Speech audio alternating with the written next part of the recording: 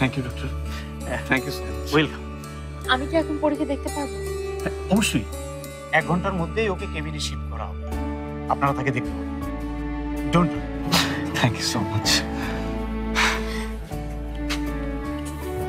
ভাইয়া, ভাবি, এবার তো অন্তত তোমরা চোখ চোখ মুছো, আমাদের পরি সুস্থ হয়ে গেছে।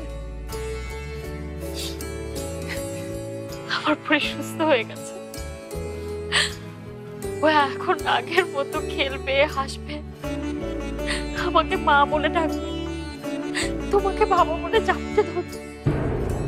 আমার পরীর মুখে আর কোনো কষ্টের ছায়া থাকবে না। ওর আদর ভরা মুখটাতে শুধু হাসি আর হাসি থাকবে।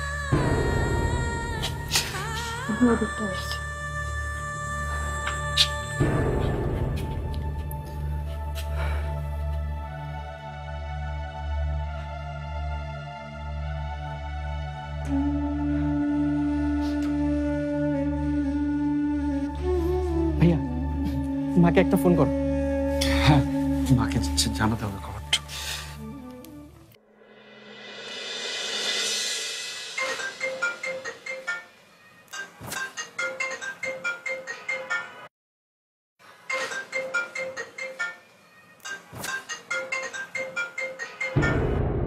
হ্যাঁ ফারহান বল। হ্যালো মা, পরীর অপারেশন সাকসেসফুল হয়েছে। তাই খুব ভালো, একটা বিপদ অন্তত কাটলো। আমি যে ওর জন্য কি দোয়া করছিলাম বলতে পারবো না, আমি তো আজকে রোজাও রেখেছি। মা, ডক্টর বলেছেন আজকে ওকে বেডে শিফট করবে, আর তাছাড়া ও খুব তাড়াতাড়ি সুস্থ হয়ে যাবে। ভালো, সুস্থ হয়ে বাসায় আসুক, তুই চিন্তা করিস না। আমি একটু পরেই হাসপাতালে আসছি। মা, আমি ফারদিনকে পাঠিয়ে দিচ্ছি, তুমি চলে এসো, ঠিক আছে? আচ্ছা ঠিক আছে, আচ্ছা মা, রাখছি, বাই। বাই।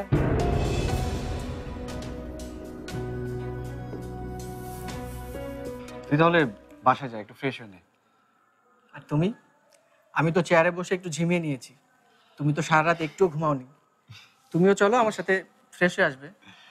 মেয়ের অপারেশন সাকসেসফুল হয়েছে, আমি তো এমনিতেই ফ্রেশ হয়ে গেছি। তুই যা, আমি একটু পরীর কাছে যাই। আচ্ছা ঠিক আছে, যা। মা মেয়ে দুটাই চালবাজ। আজকে অপারেশনটা যদি আনসাকসেসফুল হতো, দিনকে দিন আমার ছেলেটা ওদের প্রতি দুর্বল হয়ে যাচ্ছে। আমি যে কি করি? হ্যাঁ,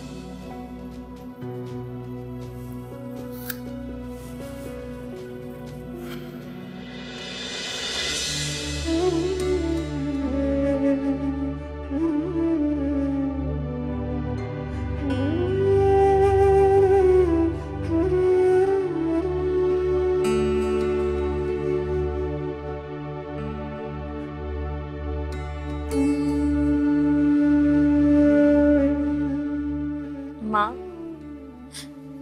অনেক কষ্ট হচ্ছে না মা?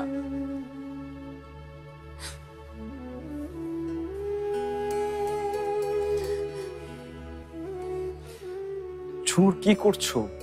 এভাবে কেঁদো না, আমাদের পরী ভালো হয়ে যাবে। দেখলে না ডাক্তার কি বললো? পরীর এখন রেস্টের দরকার। তাছাড়া পরী তোমার কথা শুনতে পাচ্ছে না। ঝুমুর, এভাবে ভেঙে পড়ো না প্লিজ। মা, আমাকে ক্ষমা করে দিস, ক্ষমা করে দিস মা। ঝুমুর, একটু